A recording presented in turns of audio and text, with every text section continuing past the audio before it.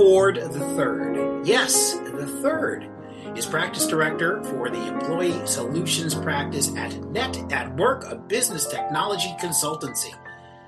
Indeed, one of the biggest and most respected in North America. Now, for over 25 years, Harold has helped HR and payroll teams unleash the power of their business, harnessing today's technology. After a long, hard day at work, you'd expect Harold to go home and maybe kick back with a pint or three. Well, I know I would, assuming the fridge is full, which is never an issue for Harold Ford III, because he has turned his home into a craft brewery. Well, okay, not exactly, but he does brew his own beer. And why and what kind of beer and whether you and I will ever have a chance to sample it remains to be seen. These are the pressing questions Harold will answer when we come back right after these words. This is The Talent Show. Stay tuned.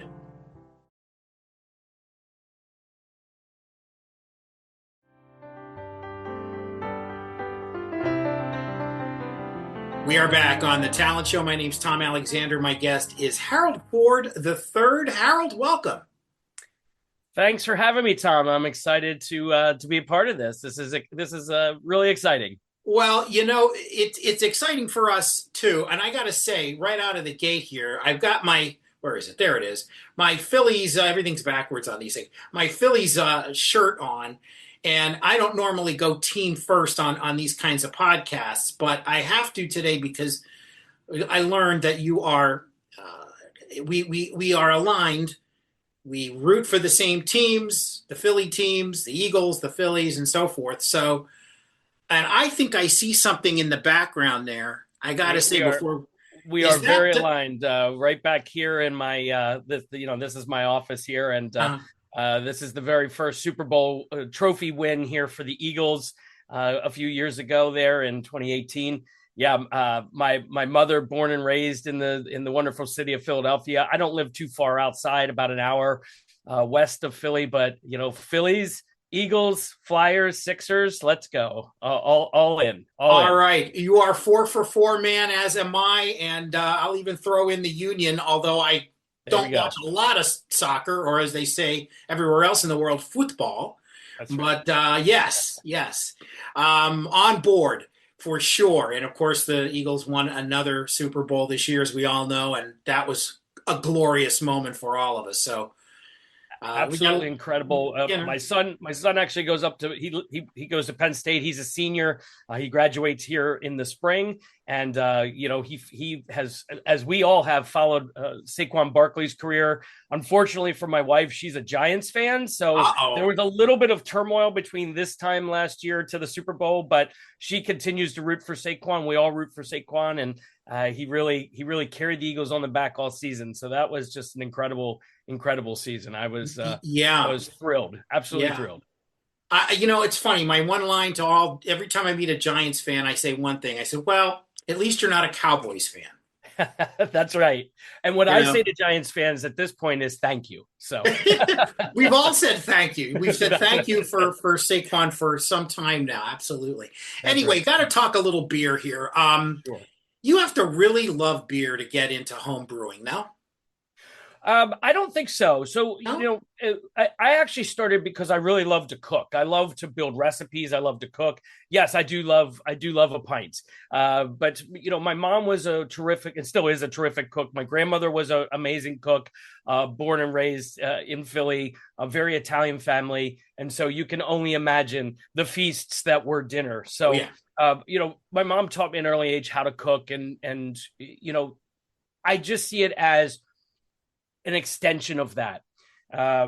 When I first did it, which the very first time I ever brewed was way back in 1995, so going on 30 years ago, with my employer at the time, my boss, he introduced me to it. And I knew nothing about it. And I thought, oh, this is pretty cool, and didn't do anything with it for many years.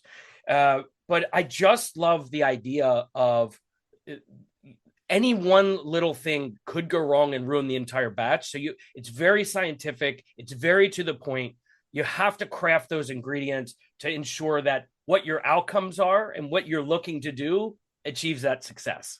So Yeah, and use the word craft, and it really is a craft. It's a process, and so that's just And I don't mind drinking it either, and sharing it. I love yeah. sharing the recipes and the various beers that I've brewed over the years, for sure. Well, if you could just walk us through a little bit the brewing process. I mean, just a Cliff Notes version. What it is involved start to finish. Yeah, sure. And I'll kind of take you back on where I started. Yeah. Um, Back around 2010, I kicked back into it and said, you know what, I'm gonna try my hand at this. I reached out to a buddy of mine, and the two of us started brewing on my kitchen stove. And we used at that time malt extract, which there's kind of two ways you can brew. You can brew with grains, real grain. You grind the grain and then you brew in that capacity, or malt extract. And malt extract basically is just a powder, dark powder. It looks like sugar. And so we have big kettles on the stove, boiling water, adding malt extract, kind of going through that process. And it really requires four main ingredients. It requires water. It requires some sort of grain, and we were using malt extract to get there. Certainly hops, and a yeast component. And there is a kind of a series of events in where, do you want to put the hops in at the beginning or towards the end, or cycle through the brew cycle? How long is that brew cycle? Is it an hour typically, or is it longer? Once it's cooled, adding yeast. From there, putting it into a carboy, once it's cooled, letting it condition for a while or ferment, so to speak. So that yeast is eating up all those sugars from the malt extract and converting them to alcohol. And then from there, are you going to do anything else with it? Are you going to put it into a secondary fermentation by adding maybe some adjuncts or some other flavors, which I've done quite a lot of through my brewing career?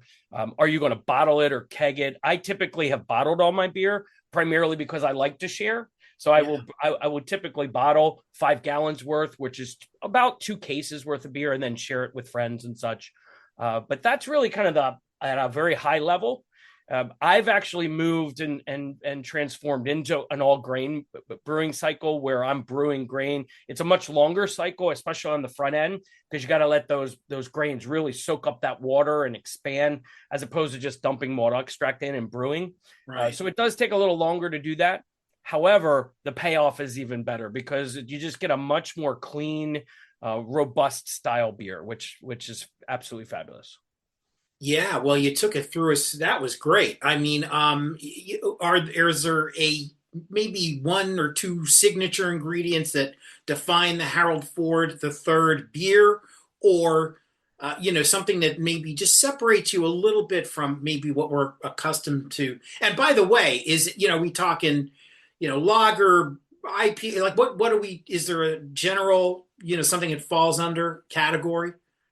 You can So tell yeah, I'm a real novice with this. I mean, that's a great question. So really, in the world of beer, yeah, there are two styles: ales and lagers.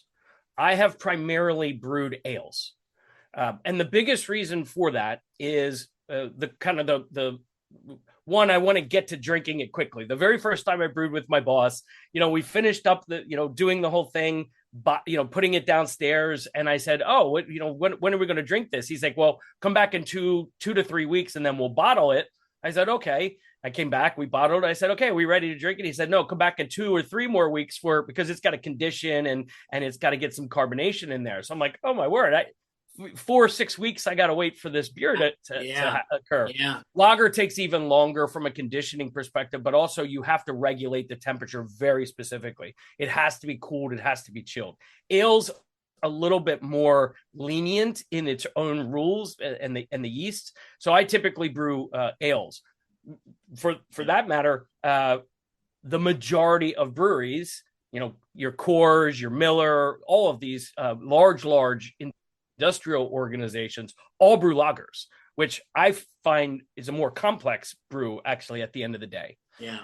So for my ales, I mean, I brew a lot of stouts. I brew, of course, a lot of IPAs. I love a good IPA. I've brewed red ales. I've added adjuncts to things. So I've taken a red ale and added bacon to it to make a bacon red ale. I've done a lot of sours as well, which I certainly we could dive into. But I would say probably the recipe I'm most proud of. Well, there's two. One is a Hefeweizen, and Hefeweizens can kind of, from a flavor profile, go one of two ways. It can be very, what I would say, spicy, like a clove type flavor, or bananas and bubblegum. Well, I'm a big bananas and bubblegum fan, so I've really crafted and refined my Hefeweizen version to go that route. And I would tell you, I personally feel it's up there with any of the craft breweries that you would go out and order a Hefe from. My second one actually won me awards, and it was a very straightforward American pale ale. Nothing crazy, nothing hazy, just a pale ale. And a very simple process, very simple ingredients, but it came out so clean and so enjoyable for the folks that judged it. I won first prize with that on a couple occasions. So wow, that's great. And that was locally there in your area, or it was. I've won locally here a couple times in different brewing competitions. Yeah, yeah. You're in Lancaster, kind of Pennsylvania Dutch country. That's right. Folks there, and well known for that. I remember as a young boy, I think I was in Cub Scouts. We made a special trip to Lancaster to learn and observe the lifestyle, a very different lifestyle of those folks. It's really, really educational. Well, you told us about.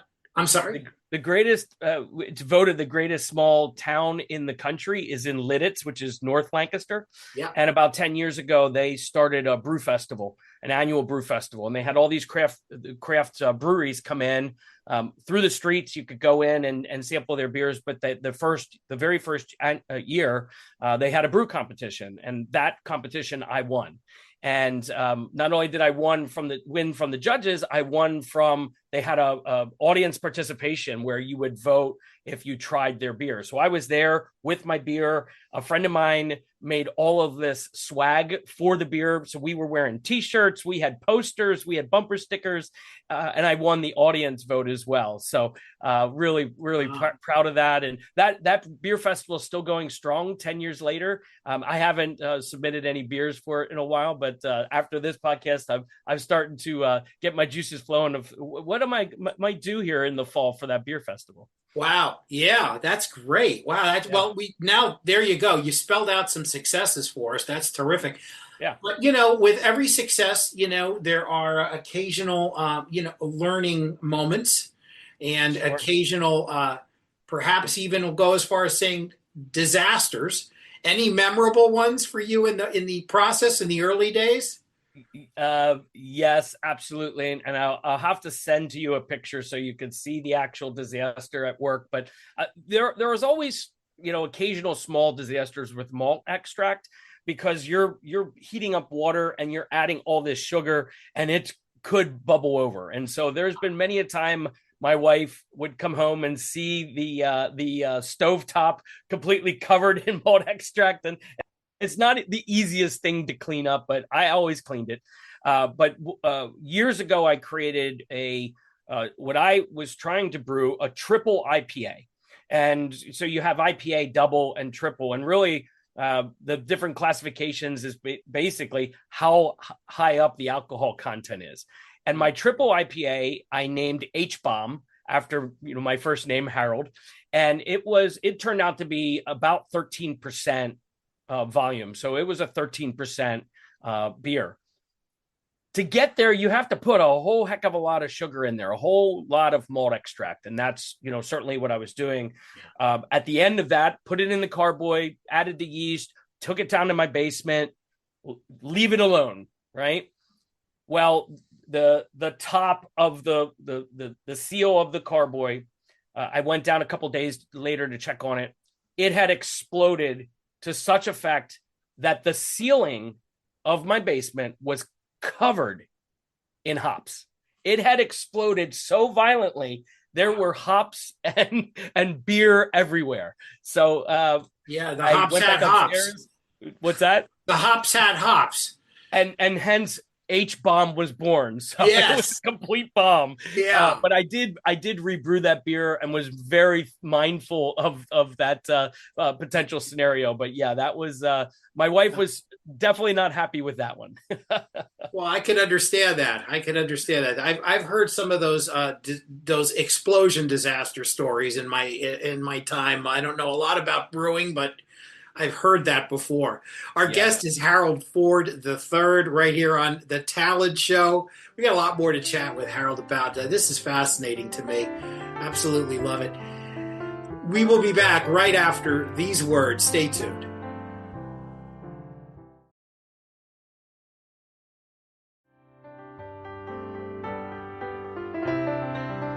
Back with Harold Ford III right now on the Talent Show. Harold, of course, is practice director at Net at Work, and for the employer solutions practice. Net at Work, of course, a business technology consultancy. But when he slips into the phone booth and puts his cape on, he's a brewmaster. And first of all, phone booths. Why did I even use that? It's come on. Do we even see phone booths anymore? No, but anyway, I get the analogy. I'm there with you. I know you do. Fan. I know you do. Well, we're of a certain age, I guess. I'm more of a certain age, but you're knocking on the door, maybe. I don't know. Harold, how has craft brewing changed your appreciation for beer in general? Oh, that's a great question. I tell you first, just the amount of science, but also the amount of love it takes to brew beer.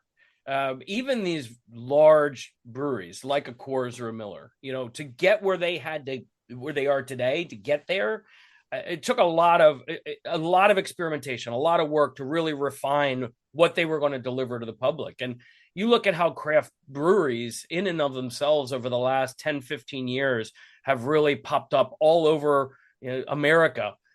Lancaster County, where I live, there are over 30 breweries in this county. And I very much appreciate the process, the science, but also the love and the creativity that brings as well.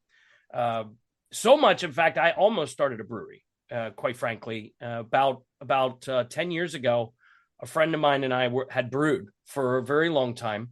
He was very into brewing Saison sours and had a very niche specialty there. I was brewing a lot of stouts and IPAs. So we said, hey, why don't we come together and see if there might be something here? And we started a process. We incorporated. We found some investment money, and then at the end of the day, it wasn't all completely in the cards. But I was very committed to being one of the 31st brewery here in Lancaster County, because I just love the craft of it. I love the science of it. And I love the creativity that you can bring with it as you brew. Yeah, that is fascinating. I have to say that I think at some point in your life, there's things like, boy, I wish, I'm really good at doing this one thing, or I'd love to try this, and not everybody gets to do that. You run it up the flagpole, as we say, and see if it's a possibility, but. Whatever. Sometimes, just the dream and the reality of getting that dream off the ground can be two different things, and it can be a challenge. But I've always wanted to have a little restaurant, But I know that it's, and I love to cook just like you. And I grew up in a Greek family, so I kind of know food a little bit. And it's just like I would love to be able to just put out these family recipes I've known for years and share them with people. But, it's a lot. Going out and buying the food every day, that kind of there's just an awful lot, and quality control. You want to stand over everything, make sure it's. What most people don't realize is 90% of a brewer's job is cleaning. It is cleaning. You have to maintain 100% sanitation. So it's constantly cleaning. Whatever, you cleaning your tanks, cleaning your hoses, cleaning your lines. It is clean, clean, clean. And I've brewed at breweries. I've participated in that, and it's a lot of fun to do the brewery aspect of it. But the cleaning aspect is 3-4 times the amount of time that it actually takes to add the ingredients and get things going. So Yeah. Have there ever been, are there any styles of beers that you haven't tried, but you want to? from a brewing process, there are certain lager styles that I would like to try to brew. I don't currently have the equipment because you have to refrigerate it. I guess I could probably sneak the carboy into my downstairs refrigerator. My wife might look at me questionably, but there are certainly the lager styles are styles that I haven't really gotten into, primarily because of the level that it has to stay cooled. So that would be kind of I would say the biggest aspect of where I would love to go next. I've tried, honestly, when I create my recipes and try things, it's always new styles. So, Yeah. even if I go, all right, now I'm going to make a stout. Okay, this time it's going to be an oatmeal stout. Next time it's going to be an imperial stout that I'll put bourbon barrel ages on. Whatever happens there, and whatever I do as far as styles, I try to get creative and mix it up. And yeah, I've definitely repeated certain ingredients and recipes that I love, but I always try to do something new. Yeah. How, is it easy to get the ingredients, and are they expensive? Easy to get the ingredients in today's world, yes, especially because of the internet. You can go to a lot of the different brewer shops online and just order the ingredients, and they'll have it shipped right to your door. And I've done that on occasion. I happen to have a local homebrew store here in the county that I go to. I've been a member there for 15 or so years, so they know me by name. I can put the order in online, then I go pick it up and all of that. So the ease of being able to obtain these ingredients is not bad. For the most part, not terribly expensive either. The most expensive part of your bill would be your hops. Hops are outside of some of the standard hops that are generalized for the public. A lot of these breweries have trademarked a particular hop style. So you are basically paying for the profitability that they're taking on that trademark. So hops can get quite expensive, and the difference between brewing a porter and brewing an IPA could be anything from brewing 2 cases at, let's say, $25 to $40 to brewing 2 cases at $80. Still cheaper than going out to a beer store and buying a case of beer, but definitely, as you're getting into craft and you're sharing it with others, you could rack it up pretty quickly with a hop profile heavy beer. Yeah, yeah. Are there any connections between craft brewing? I was going to say your hobby, but it's even sounds like more than a hobby. It's part of your life. It's a lifestyle. And your work with Net at Work? Yeah, I would say first and foremost, for what I do, and as practice director, I run the vision and strategy of my business unit. So really, vision, strategy, outcomes. Yeah. Very similar with brewing beer. I always start with the end in mind. What am I looking to do? What creativity, of course, but a vision of this is where we need to go, and this is how we're going to get there. It gets down into the details, of course, no different than an action plan once you build that vision. But I do think there's a lot of parallels with, creating positive outcomes on the business sector to creating a positive beer at the end of the day from a brewing capacity as well. And have you brewed a batch or two for your Net at Work colleagues? I have threatened to do that. Yes. So for my staff and my team, the last time we did a team huddle, which we did an all team meeting on site, I was going to bring brew a beer and then bring that with. And that actually didn't happen because I ran into a bit of an emergency situation that I couldn't brew ahead of time. But I have threatened them that the next time we get together, I will have 2 cases of, and I'm taking folks' opinion on that as well. What would they like for me to brew? And we're definitely going to do it. But I've brewed for a lot of folks. For my sister's 40th birthday, she loves chocolate, so I brewed a chocolate stout for her. I brewed a cucumber beer for my wife, which was it was kind of a light beer. She's not a heavy beer drinker. Right. I also brewed a raspberry wheat for her birthday one year. So I do brew for other folks, kind of thinking about what do they love, and brew a style that I think that they would enjoy. That's fascinating. When you said cucumber, I'm immediately thinking that's almost like a really dry, light kind of flavor. Like it would have almost, I liken it to like a Sapporo or something, which I find is, the rice beer, but very dry, which I really like, by the way. Dry and light and crisp was kind of the profile I was going for. Yeah. And then with the addition of that cucumber, one thing was really interesting about it. You don't get a lot of flavor out of the amount of cucumbers that I used. And by the way, I grow my own cucumbers as well, so they were my cucumbers. But when you pour it into a glass, just the nose, just that fragrance and aroma of cucumber in and of itself, that will, your nose is 80% of your taste as you're tasting that beer. Right. So that's really encapsulated when you're trying that really crisp ale that I brewed. Yeah, that's really interesting. Well, talking about all kinds of beer and the brewing process here with Harold Ford the third. And I gotta say, Harold, you mentioned what would people like? You asking your coworkers, perhaps, what would they want if they could make a choice? Now we're going to ask a question right around that topic on the other side of the break.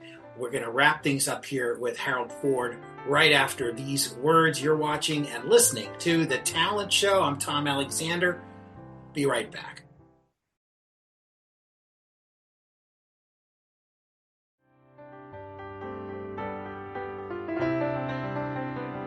Wrapping things up now on The Talent Show. My name's Tom Alexander, and our guest today is Harold Ford III from Net at Work, and also a brewmaster right there in Lancaster County in south central Pennsylvania, just about an hour west of Philadelphia. And as we established early on, that's why I got my Philly shirt on. Harold, a big Philadelphia sports fan as well. And sometimes that's a good thing, other times, meh. But it's been okay lately. Harold, here's one for you.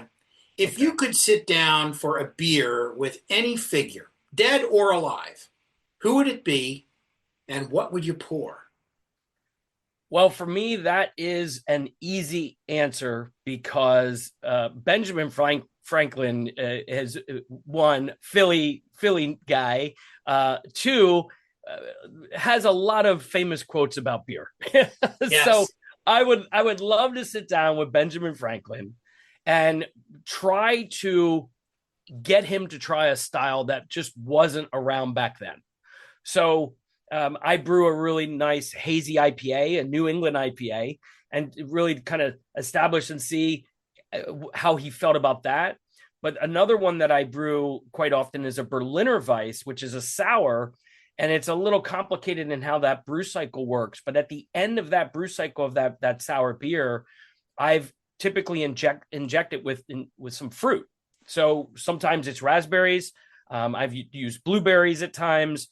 So I've done this Berliner Weiss many times, different styles with different fruit. So I'd love for him to try that and see what his thoughts are there as well, because it's very much different than anything that was around when he was alive.